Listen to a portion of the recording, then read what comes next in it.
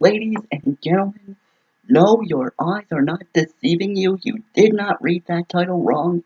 Pittman's Pit has returned after a long and unfortunate hiatus. I, Jonathan the Hot Wheels Pittman, have returned to give you a preview and predictions video for this Sunday's WWE Great Balls of Fire pay-per-view. I'd like to first start out this video by apologizing for how long it's been between this video and my last one. It's been months since I even uploaded anything. I apologize. I was in college the last time that I uploaded something, and just juggling between my work and uploading videos and keeping on top of the product. I'm sorry, but it got too much. I wasn't able to handle everything, so I put the channel to the side. But I'm on break now, so for the foreseeable future until September when I go back, I will be back to a regular schedule. That will mean on Tuesdays, you will get your Raw reviews again. On Wednesdays, you will get your WWE SmackDown reviews again. And on Thursdays, you will get, once again, your WWE NXT reviews. And as many pay-per-views as I can fit in, you will get review for those too. I'd like to thank you for being patient with me. I'd like to sincerely apologize for not explaining my absence or giving any kind of heads up. But for the foreseeable future, Pittman's Pick, no, Pitt, sorry, not Pick. Pittman's Pit, I'm sorry, is back. And I would like to start out now by giving you all a predictions video for this Sunday's Great Balls of Fire. Honestly, it's looking like a great show, and some people are saying that they're only interested in 2 matches, really. But for me, I'm really hyped for the whole thing. Like, there's at least 4 out of 6 or 7 matches here we got. 4 of them that I can think that I'm actually legitimately hyped for. There's been great builds to most of these feuds. There's been some great chemistry between the combatants. And honestly, I'm looking to see how these storylines play out. One in particular, which I think you all know which one I'm talking about, that I will definitely get to when the time comes. So let's start running through it. I'm going to start with the pre-show match. That's going to be the Cruiserweight Championship match. Akira Tozawa challenging the champion, the King of the Cruiserweights, Neville. I'll admit, this is one of the matches that I don't particularly care for that much. I mean, the Cruiserweight division still to this day has lacked build, and it hasn't done anything really to make a fan such as myself really care. They haven't done that much with them. But I do like that they have Tozawa as this straight-faced, just no-nonsense ass kicker, that he's not backing down from Neville. He's not gonna take any of his garbage. He's just gonna stand up to him, and he keeps telling him, fight me, fight me, fight me. And Neville, being the slightly cowardice champion, he's basically trying to say that Tozawa hasn't earned the right to step in the ring for him, that he's not even worth it. But at the same time, they're having him run through other challengers and just absolutely dismantling them. So both men are, in their own ways, ending up looking really strong. And even Titus O'Neil is kind of funny, like, in his own way. I don't really dig it that much, but I can see what they're trying to do with it, and it sort of works. Not that much. I think that Tozawa is going to end up losing this match. I think that it's just not the right time to pull the plug on Neville's title reign just yet. So I don't think it's going to be completely clean. I think Neville's going to cheat and do something dirty to try and get the one-up on Akira Tozawa. Or maybe there's like a miscommunication between Titus O'Neil and Akira Tozawa, and that costs Akira something, and it sets up maybe a feud between him and Titus O'Neil, or him and Apollo Crews. That could be interesting, but I don't see Akira Tozawa winning here. Especially I don't see, after everything they've done to build up Neville and try to make him as legitimate as they possibly can in the Cruiserweight division, I don't see them wasting all that by having him drop the title in a pre-show match that isn't even on the official pay-per-view. It's on the pre-show. So I don't see them dropping it there. They'll probably have him face off in a rematch at SummerSlam, and maybe then he'll get it. Or maybe he'll drop it to somebody else down the line. But I just don't see it happening here in a pre-show match at Great Balls of Fire, of all things. I just don't see it. Next up, I'm going to talk about the Miz versus Dean Ambrose Intercontinental Championship match. Honestly, this feud has been kind of boring to me. And kind of backwards when you really think about it. I mean, Miz ends up looking like the good guy.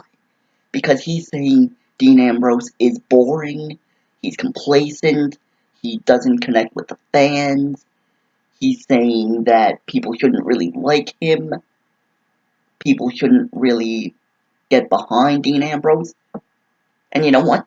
Lately, he's freaking right. Dean Ambrose is boring as all hell. He is complacent. He is lazy in the ring.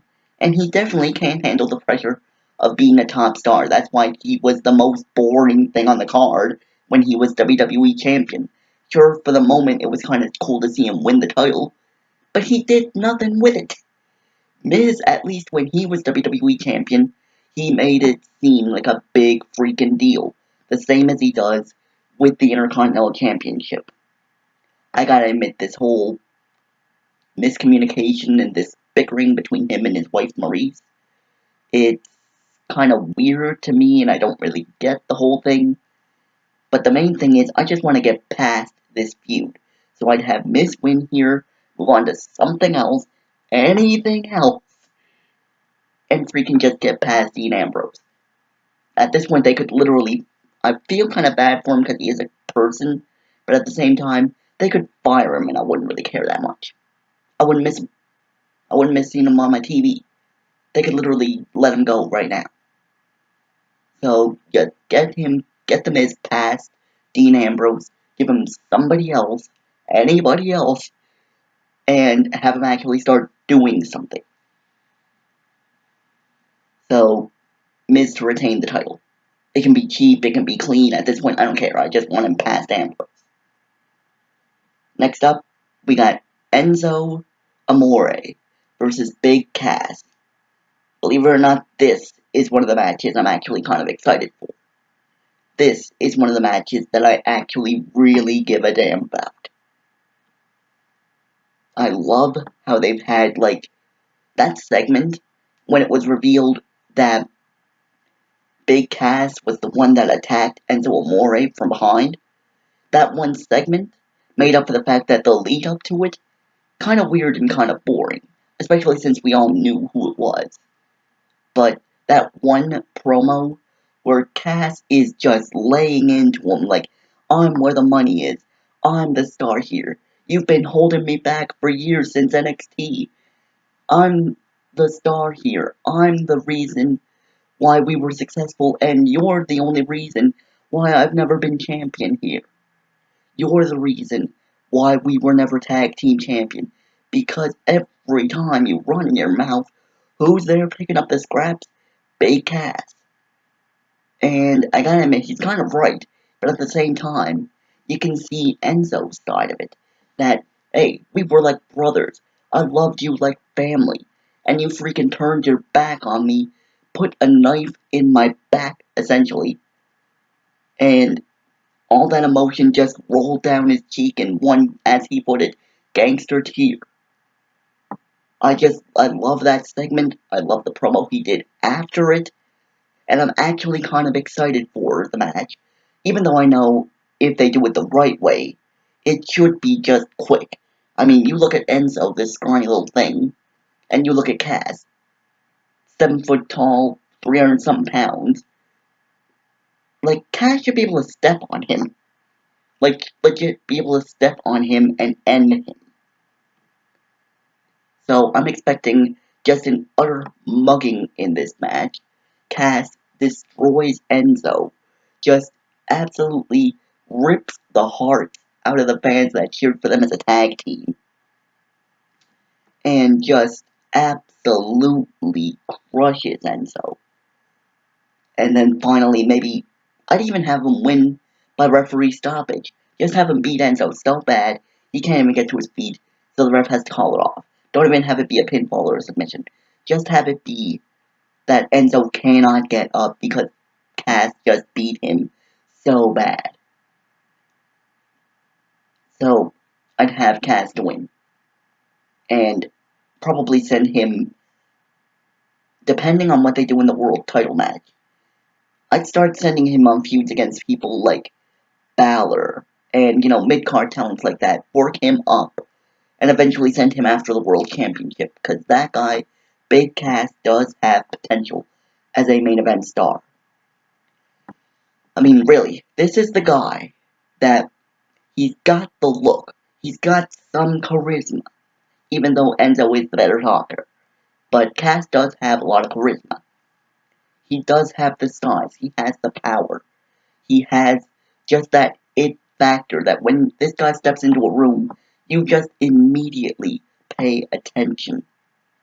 So because of that, I'd have him destroy Enzo here, start building him up, and send him eventually, not right away, but eventually, to the World Championship. Next up, we have a 30-minute Tag Team Iron Man match for the WWE Raw Tag Team Championships. And it's going to be the Hardy Boys versus Cesaro and Sheamus. Now, for some reason, I don't know why I didn't do it, but for some reason I didn't review WrestleMania.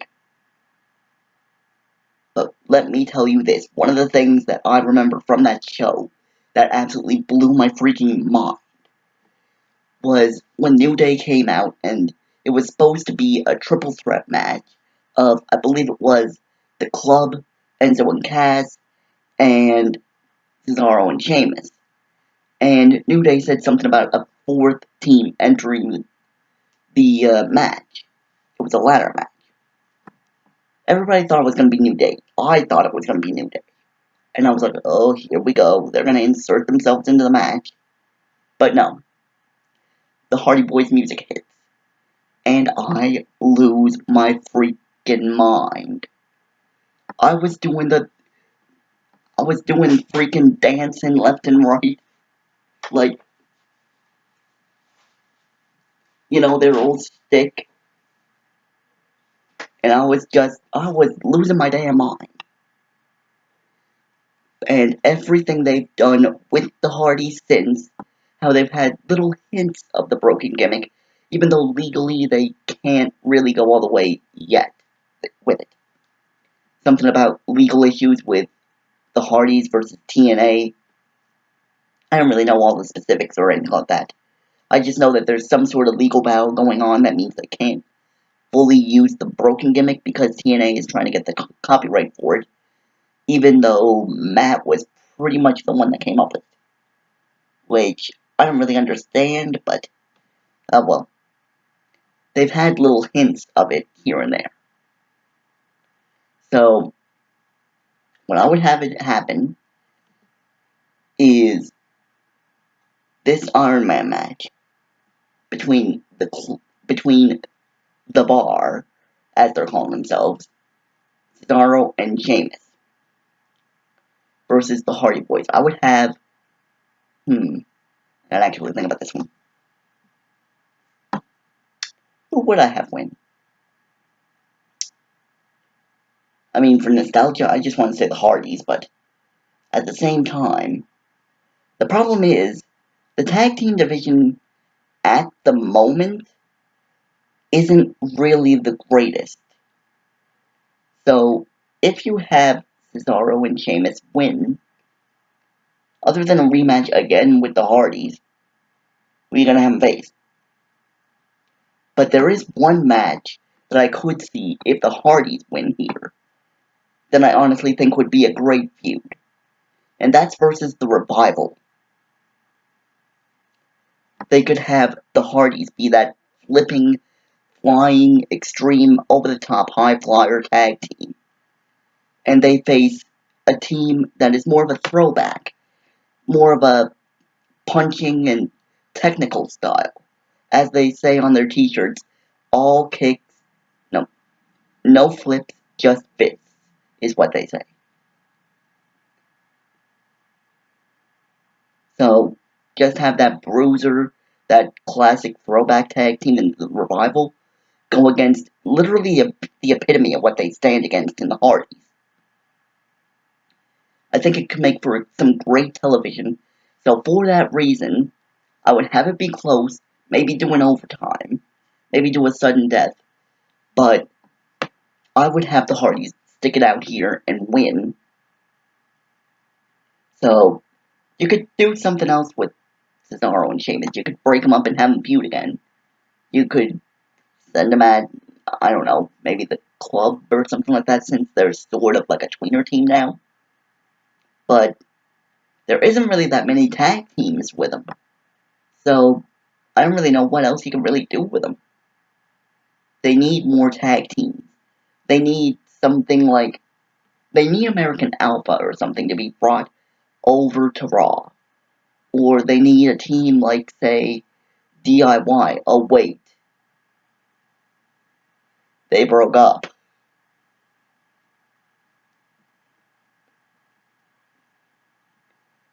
Like, this is the thing. If you have Cesaro and Sheamus win, other than a rematch with the Hardys, where are they going to go from there? The tag team division on Raw doesn't have a lot going for it. They broke up Enzo and Cass. The club aren't really that interesting. The Hardys are who they're facing right now at the moment. Revival are heels. So a feud versus Cesaro and Sheamus wouldn't really work. Unless you're going to flip them face, which don't do that. Seriously, do not do that to the Revival. It will not work as well. Golden Truth broke up. What else are you going to do? Slater and Rhino? It kind of worked on SmackDown, but I don't trust the Raw writers enough to really, let that work. I just don't trust it. So, Hardy Boys to win, I'd send them at the Revival. And then they do a match at SummerSlam. And it's awesome. Next up, we got Bray Wyatt versus Seth Rollins. I just don't know what to say about this match. This is another one I don't really care for. Just because, well, Seth sorta has a little bit of momentum. But he hasn't really done all that much since, since he beat Triple H. Which was a pretty decent match, but at the same time, they haven't really done all that much with him, so it's hard to care. And Bray Wyatt, they've never done anything really that good with him since they brought him in. So, it's really tough to care about him. Honestly, I wouldn't even have this match at all, but if they insist that it goes ahead, I would probably have Seth Rollins win, because at least he can be saved. At least Seth Rollins has some momentum still going with him. Especially since he's the new cover boy for the freaking WWE 2K18. I just see that he has more going for him at the moment. Which really sucks, because Bray, when he came in, he was so interesting and had so much potential, but they just fed him to Cena eventually. And after that, he never came back from that loss at WrestleMania. At WrestleMania 30. He never came back from that. I don't like to hop on the bandwagon of, oh, Cena buries people. You don't want to get in a feud with Cena because you're going to get buried if you lose to him. But in Bray's case, that's exactly what happened. Seriously. He lost to Cena. He lost all his momentum. And now, literally, nobody cares about him. It's a crying shame, but it is what it is. So because of the fact that Seth is the only one that sort of has some momentum still with him, some fans still give a half a damn about him. So he's got to be the one to win. Because if you give it to Bray, it does nothing at this point. He has no way of saving him at this point. There is nothing that can be done. So, because of that, I'm going to have Seth Rollins win. Next up, we're starting to get to the matches that I'm really hyped about. You're probably going to hate me for this, but I am hyped for Braun Strowman versus Roman Reigns. Please don't kill me, please don't kill me. I know it's not a popular opinion to freaking like Roman Reigns. I know it's not. I know I'm saying something very unpopular. But no matter how many times he gets booed, and even though he did retire my favorite wrestler of all time, R.I.P. Undertaker's career, well, despite all that, I gotta admit he's kinda cool. There's just something kinda cool and badass about him. No matter how many times I see him get booed, and no matter how many times people say he's overpushed,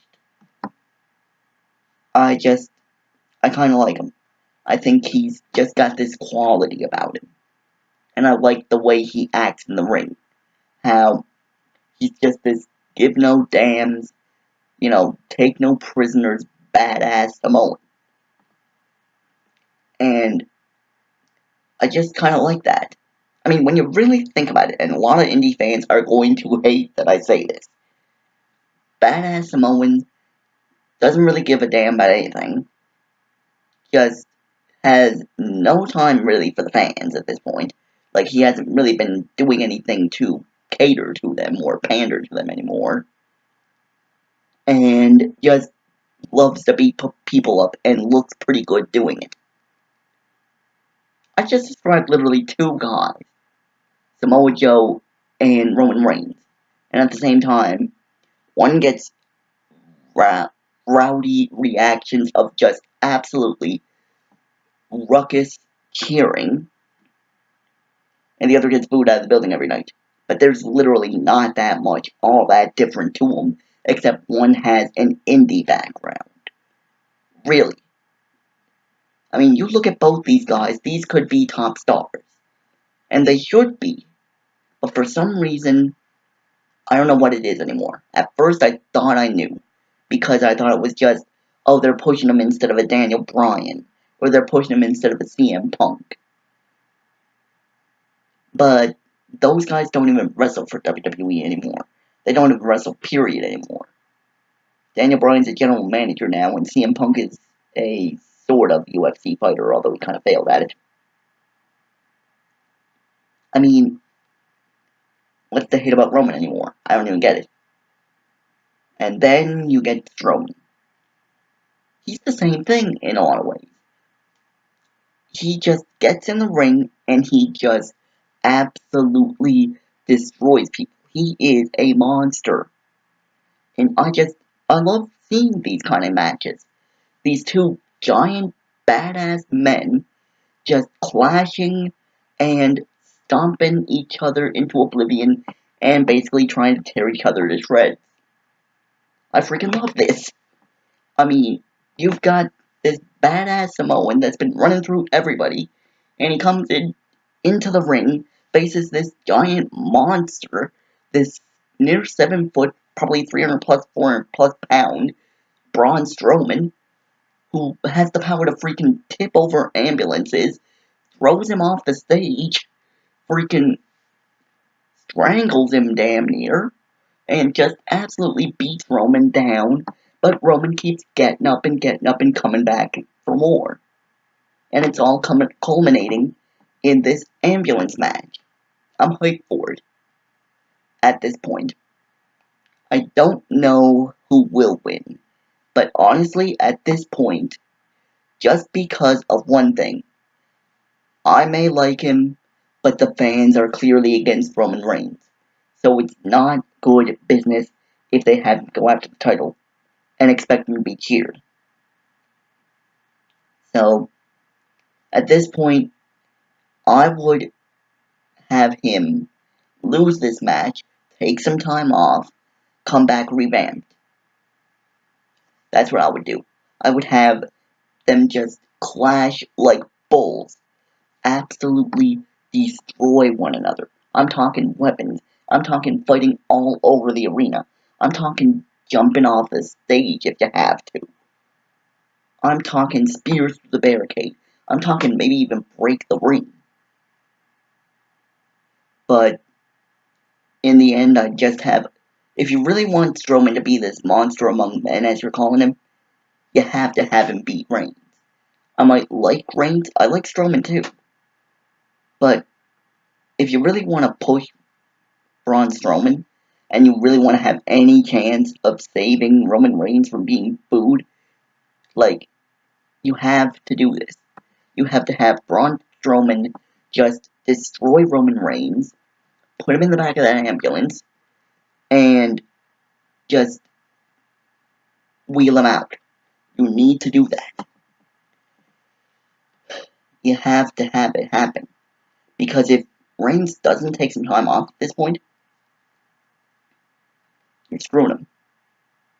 You're literally taking him out to the woodshed, taking him behind the barn, and putting a gun to his head. Literally what you're doing. I might not like that that's the fact, because I don't really see the crowd booing him as kind of earned at this point. But it is what it is. So, I would have Braun Strowman win this match only because it's the only way you're going to save Roman's career at this point. It's the only way you're going to save him as a top star. Have him get carded out, revamp him, do something different than what you're doing right now, because even if it works for me, for the majority, it clearly does not. So, Strowman wins. He'll probably go on to a main event match, maybe at SummerSlam, maybe later down the line. But eventually, you need to put the title on Strowman, because the crowd is getting behind him. It may not have been what you expected, may not have been what you wanted to happen, but this is what you're getting, and you gotta go with it. When the money starts talking to you, you need to go for it. When the money starts going cha-ching, cha-ching, cha-ching, you need to listen to that. You need to take advantage of any chance you need to make money. So, Strowman to win, and Roman to go off somewhere and get revamped, and then come back stronger. Hopefully with a gimmick that'll get the crowd to kind of like him better. Next up, we're going to have a women's championship match. Alexa Bliss versus Sasha Banks. Now, anyone else that's ever heard me talk about women's wrestling on this channel, or in general at all, knows exactly why I'm freaking hyped for this match. Knows exactly why this is one of the other matches that I'm excited to see. It's got Sasha Banks in it, so of course I'm gonna do it. I'm gonna love this match. No matter how it goes, no matter if the technical wrestling is good or bad, no matter if the storyline is there, none of it. I don't really care. It's got Sasha Banks in it. I'm hyped. And that's why you're not really getting a preview for this match. You're not really getting some big theory of why it should happen. I'm a Sasha Banks fan. I'm admittedly a Sasha Banks mark. And, like, anytime she's in the ring, I want to see her win, even if it makes no damn sense. So, Sasha Banks to win, to become a 4-time women's championship holder. She's going to become a 4-time champion. And, sorry, something to my eye. And at that point, I don't really care who you send after her. Send Bayley, send Nia Jax, send Alexa again, I don't care. Sasha Banks is the boss. She needs that championship again. And let her actually freaking run with it for God's sake this time. Every time she got it the other 3 times, it was stripped right back away from her. But that was only because Charlotte, the golden girl, was freaking on Raw at the time. She's on SmackDown. So, hopefully now they'll get an actual run from her. Because Lord knows they need something on that women's division. And Sasha Banks is it. So, again, I have my bias, and that's literally what I'm picking with. I'm not even going to go into storyline with this. It's just, I love Sasha Banks. I want to see her win. That's it. She's going to be champion. Deal with it. And finally, now we get the main event of the evening. The match everybody is talking about. For some, the only match they even care. Brock Lesnar gonna face Samoa Joe for the WWE Universal Championship. This is a great feud. I love it. Just, it's similar to what I said about Reigns and Strowman, only amped up that much more. Because as badass as Strowman and Reigns are, you put Brock Lesnar versus Samoa Joe, that's an entirely different level. You've got this submission machine, this destroyer. He's been running through everybody. He injured Seth Rollins. He ended Tyson Kidd's career accidentally, but still, they could use that as storyline. It's unfortunate, but they could use that. And they've just had the beast incarnate Brock Lesnar. What they've done with him is even crazier. He dismantled Goldberg in seconds. He beat the streak. He absolutely slapped John Cena, stomped him, and made him a punk. He's just ripped through and destroyed everybody that had been put in front of him. So it's just two of the biggest beasts, two of the biggest monsters, two of the biggest stars you have in your company right now are being put face to face, toe to toe. And this is a match I have been hyped about ever since I knew it was going to happen. I wanted it to happen when I saw that Samoa Joe was going to be in a 5-man match to determine a number one contender for Great Balls of Fire. I wanted Samoa Joe to win because he was the only one we hadn't seen before. Emphasis, hadn't seen before, that I thought could realistically stand up to Joe. No, to Brock Lesnar, I mean, sorry. So, because of that, I was instantly hyped, and I just love how they've had Brock just be this cocky, just destroyer, and at the same time, he's not backing down from Joe. He's not running away. He's saying, hey, you want me, I'm right here. Come find me. Come find me. Come fight me. And Joe isn't backing down from Lesnar either. He's just like, okay, yeah, I'm gonna come find you, and I'm gonna kick your freaking ass from here to Timbuktu freaking 2. Like, these are the Titanic match that I love. I absolutely love types of feuds like this. Call me a mark for the muscular big dudes that are just beasts. But what I like is feuds that are about intensity. Doesn't matter the size of the dude. Just give me, doesn't even matter if there is a dude. It can be a women's match. Give me an intense, realistic feud of just two people ripping into each other and give them a reason to fight. At this point, it doesn't even need to be a big, convoluted reason to fight. This time, it's simple. Joe came to WWE to be the world champion. Brock Lesnar is the world champion. They both want to prove themselves as the most dominant figures in WWE. But in order to do that, they gotta get through each other. Simple as that. Sometimes you just gotta keep it simple. And as far as how I want this match to go, I mean, it doesn't really matter at this point because everything that they've done, they've had brawl after brawl between these two that made both men look strong. They had Samoa Joe choke out Paul Heyman. They had him choke out Brock Lesnar. well, almost choke him out, but then he sort of got up, but he was clutching his chest and coughing. But he had Samoa Joe damn near choke out Brock Lesnar. The fact that that happened on a Monday Night Raw says, okay, Samoa Joe is the most legit thing we've got going next to Brock Lesnar. He is just as legit as our champion. So, at this point, you're going to have a full-on street fight. This is a big fight feel, and it needs to deliver on that. No quick squash matches, no technical wrestling. Let them just fight and duke it out. As for who wins, it's kind of tough. Because for me, what I would do is I wouldn't even have a winner in this.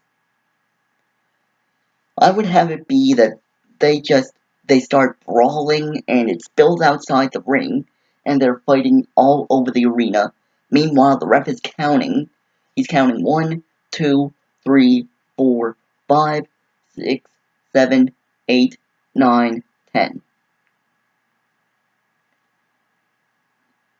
And as soon as he gets to 10, they still won't fight. Won't stop fighting. They'll just keep pounding, pounding, pounding, and pounding into each other. They want to rip each other's throats out. They want to rip each other's heads off. I just want to see a big fight. And I say, why have it end here? Have it go to SummerSlam. Have it go to, I don't know, the Royal Rumble maybe. Have it go to Survivor Series. Have it go all the way to next year's WrestleMania. I don't know. Just don't end it cleanly here. That's the only thing I don't think you should do. Yes, it'd be good if Samoa Joe beat Brock Lesnar, but I just think it'd be nicer if Samoa Joe doesn't win here, but also doesn't lose here.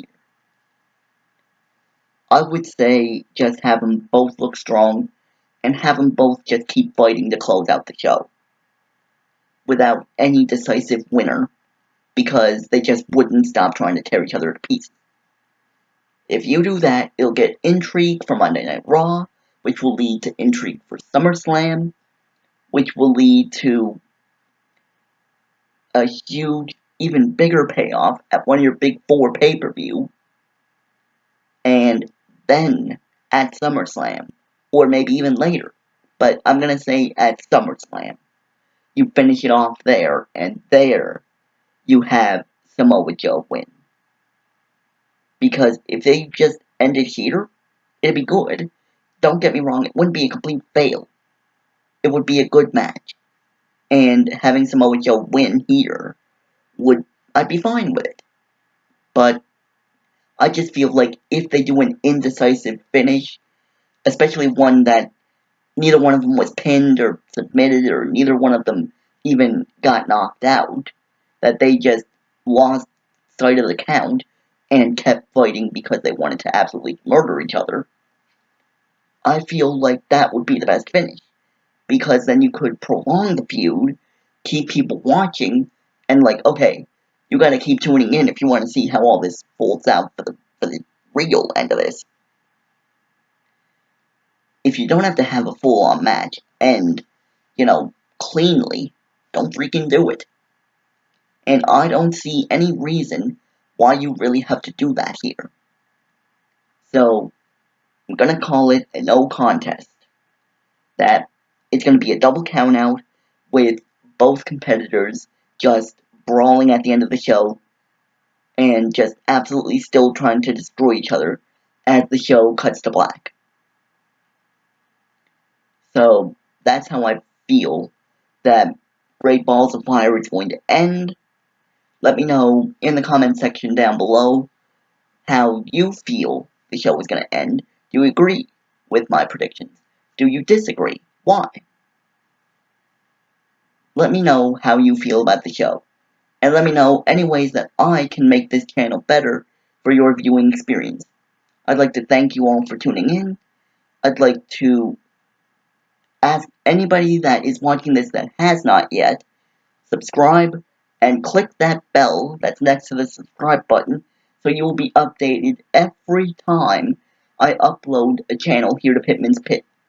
Upload a video here to this channel at Pittman's Pit, sorry. So I'd like to thank you all for tuning in, and as usual, so long for now from the pit.